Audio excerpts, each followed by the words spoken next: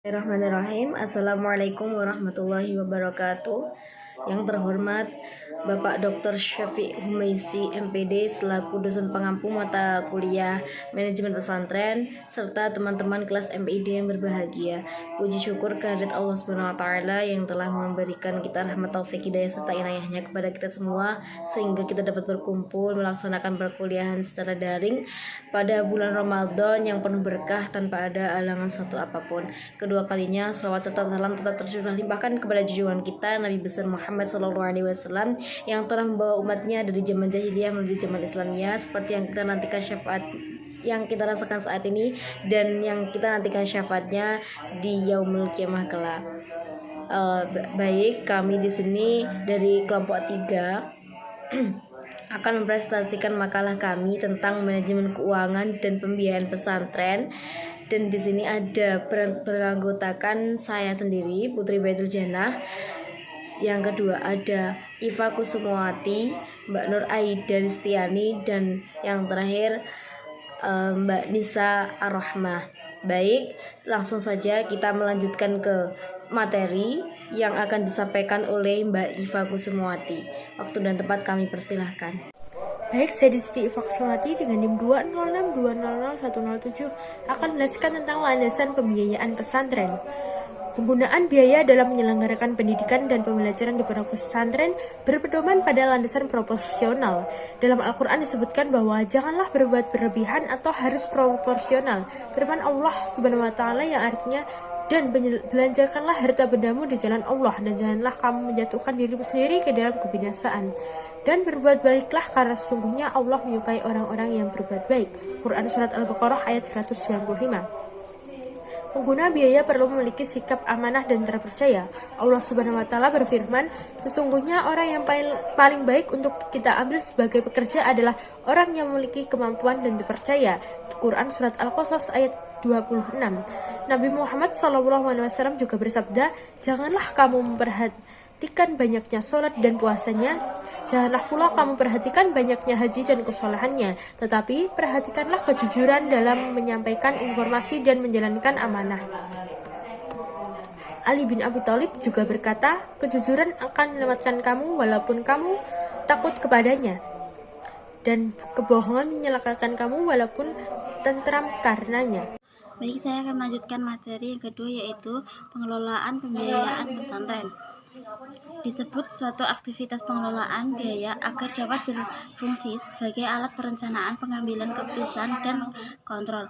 Fungsi pengelolaan pembiayaan pondok pesantren salah satunya yaitu yang pertama, penetapan kegiatan termasuk kegiatan memasuki ajaran baru, kegiatan RAPB, rancangan anggaran, pendapatan dan belanja pondok pesantren.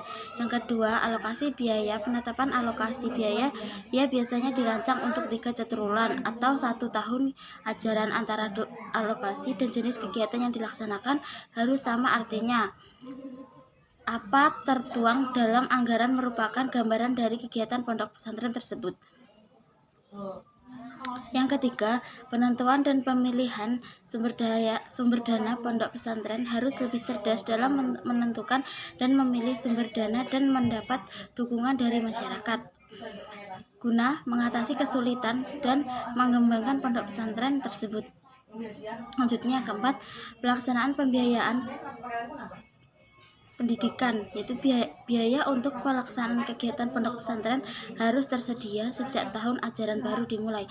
Selanjutnya, yang kelima, prioritas pembiayaan rencana kegiatan pesantren harus disusun sedemikian rupa agar bersifat luas terhadap kondisi aktual yang berkembang dan dialami pondok pesantren pada saat tertentu.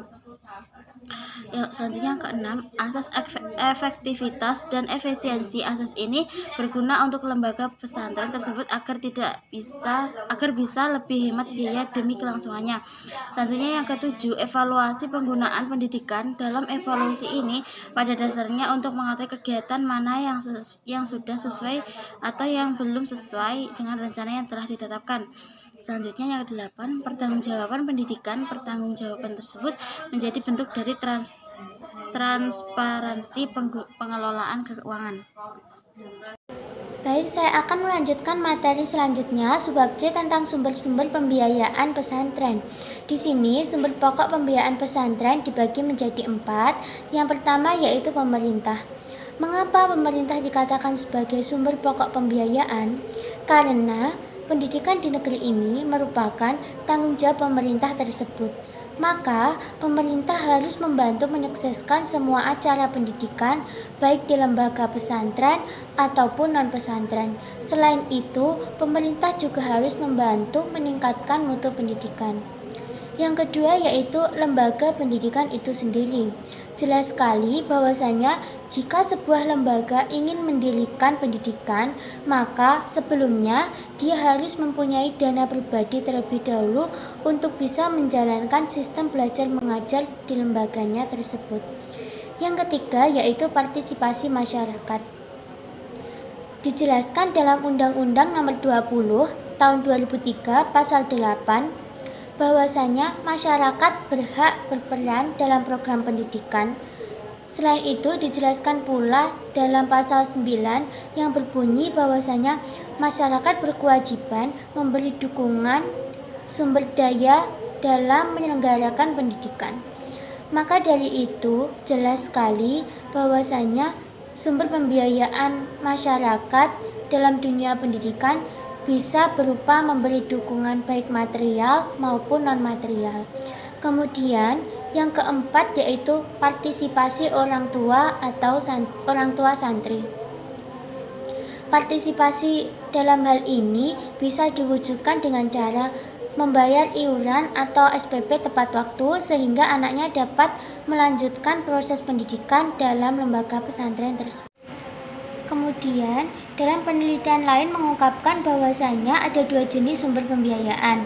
Yang pertama yaitu berasal dari pungutan.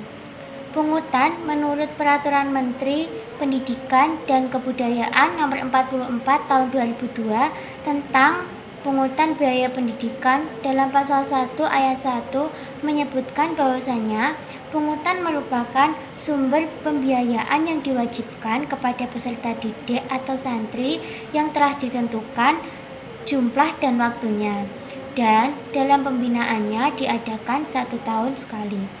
Kemudian yang kedua yaitu berasal dari sumbangan. Pengertian sumbangan menurut Peraturan Menteri Pendidikan dan Kebudayaan Nomor 44 Nomor 22 Pasal 1 ayat 1 menyebutkan bahwasanya sumbangan adalah pembiayaan yang didapatkan pesantren yang tidak ditentukan nominal dan waktunya, dan sumbangan tersebut bersifat sukarela. Sekian presentasi dari kelompok 3. Apabila ada kurang lebihnya kami mohon maaf. Wassalamualaikum warahmatullahi wabarakatuh.